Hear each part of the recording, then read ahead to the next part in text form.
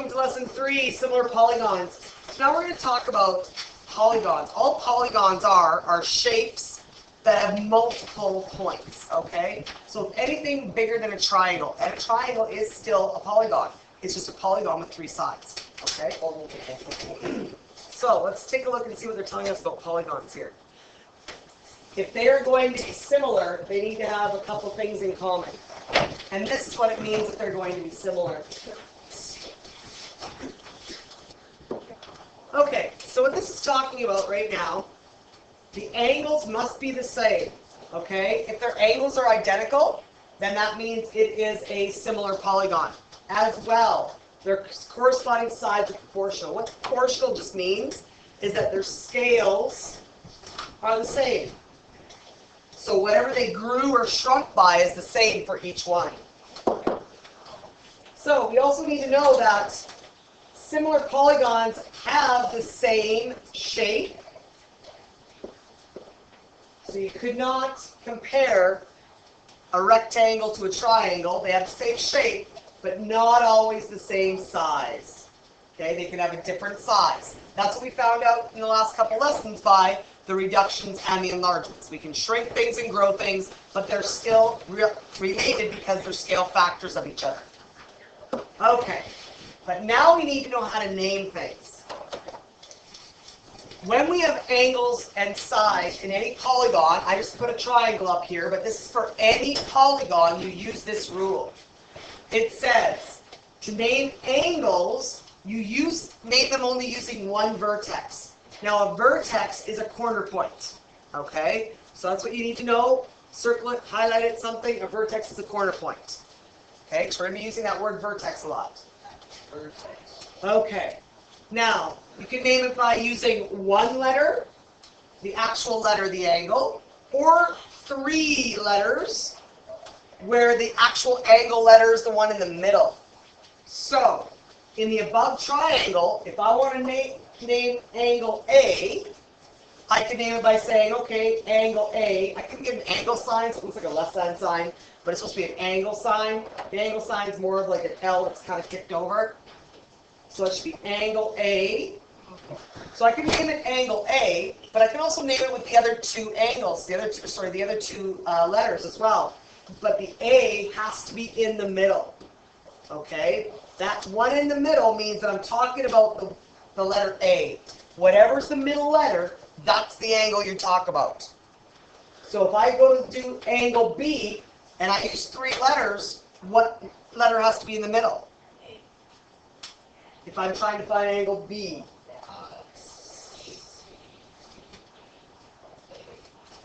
Good. So the first thing you need to know, though, is angle B can be named with 1 letter, or it can be named with 3 letters. But whatever angle you're trying to find, it's got to be the middle letter. So that means that I've got to put B in the middle, and then the other 2 letters go on the outsides of it. So you could have A here and C here, or C here and A here. That's how you have to name them. And then you put that little angle sign in front.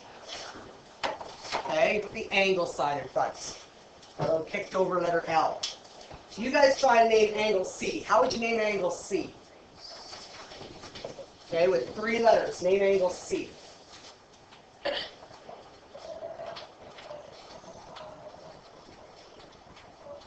What do you think? What's angle C going to become? ACB. Good, ACB. What's the second one? BCA. Good, BCA. As long as the letter C is in the middle, we're talking about angle C.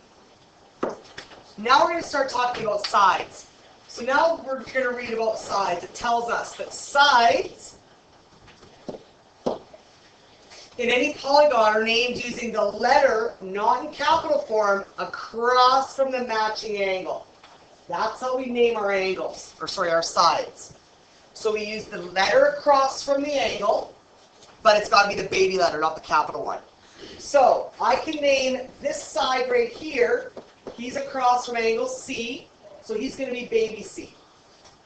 This one over here is across from angle B, he's going to be baby B. This guy over here is across from angle A, he's baby A. And that's how we name our sides.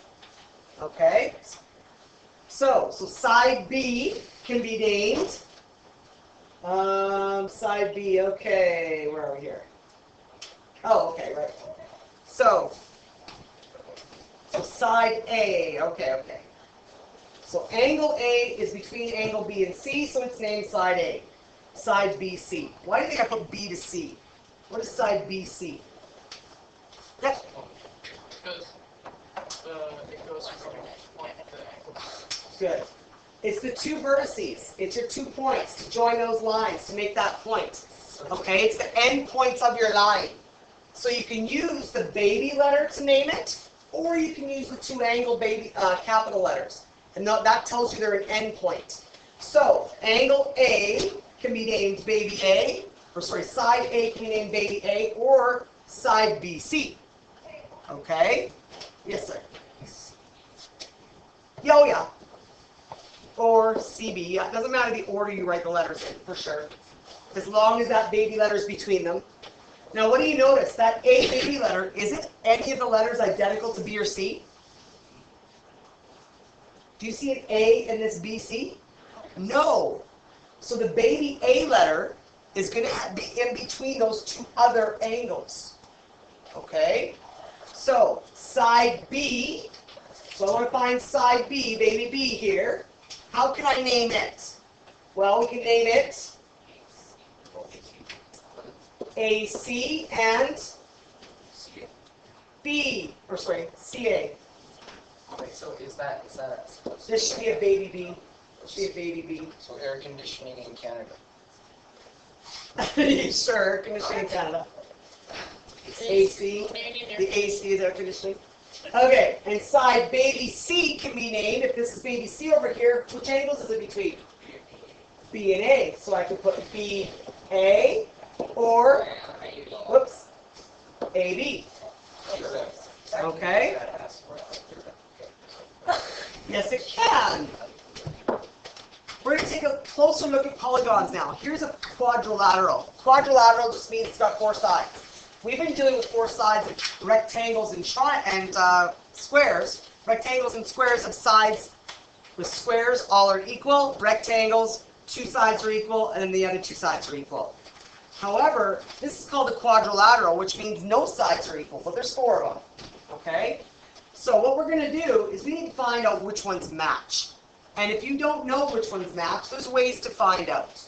So what we have to do is we find the angles. You're going to notice in the middle here that they've either got like a little loop, we've got a double loop, we've got a star, and we've got a 90. Okay? Yes, sir. They might, or they could mark them differently, it doesn't matter. But if they've marked them, now you know which ones match. So, for example, angle A has got the 1 looper. You're going to look for the 1 looper over here at its angle W. So we know that angle A is going to match angle W. Well, let's find the others.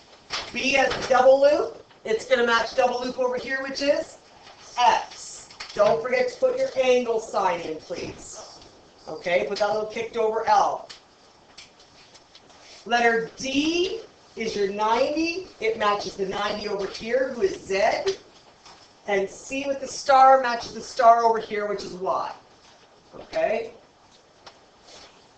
But now we got to match their sides as well. We're going to match all their sides. When we match sides, we have to see which angles they're in between. So, because this one's matched identically, which basically means they've taken this guy and drawn him over here with the same sides matching. A lot of times they don't. They might have it upside down. So you've got to be able to find out the sides. Now, this one here, if I wanted to match this side, you look at the angles that's in between. This guy's in between a 1 loop and a 2 loop. You're going to look for the guy in between a 1 loop and a 2 loop. So this guy's going to match the 1.5. So we're going to have side A to B matching side W to X. Good. So A to B matches WX.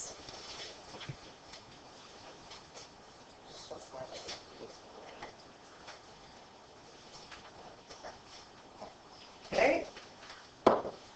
Okay, let's let's take a look at the next side. I want to match B to C. Look at the angles B to C is between. We're between a double loop and a star. So we got to find our double loop and the star. So that's the side that's going to match. So what letters do I use to label that line? X to Y. Okay, I use these two letters, X and Y. So he matches X to Y. Okay? Letter C to D. This one right here. We've got between the star and the 90. So we're going to look between the star and the 90. That's going to give us Y and Z. So we're going to put Y and Z. Okay? And our very last one is ZW or WZ. Good. Doesn't matter which way you write it. They are both correct. Okay, so you always have to match them, and you match them between according to the angles the side is between. So we found the angles, and that's the side that they're between. So that side's going to match that side, and that's how we do those. This is going to help us when we've got an unknown side.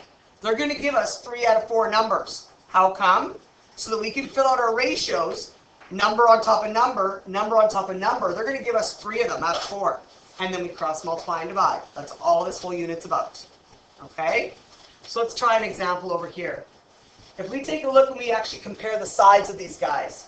Okay, I compared the sides. We already know these guys match. We know that this guy matches this guy. Now we take their numbers on top of each other. And we divide them. And look at the number we get. And look at the number we get when we divide the other sides. What are you noticing? They're the same. That means they have the same scale factor.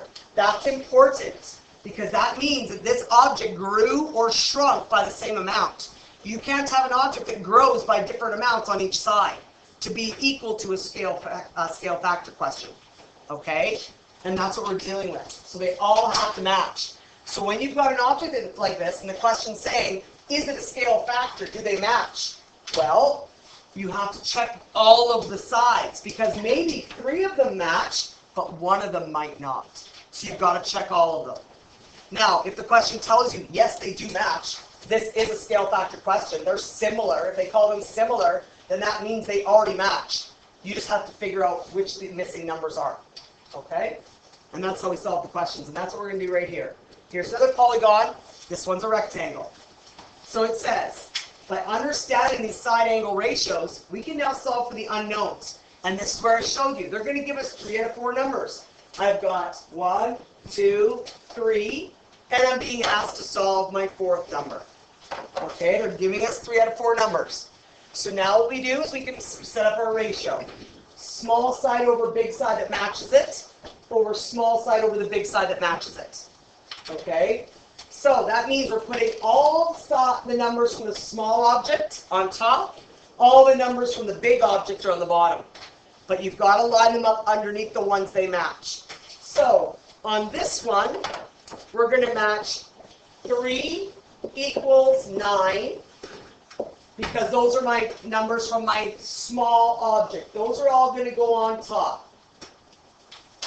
Okay, 3 equals 9. Now, which one on the big rectangle matches the 3? The length or the width? Which one matches the 3?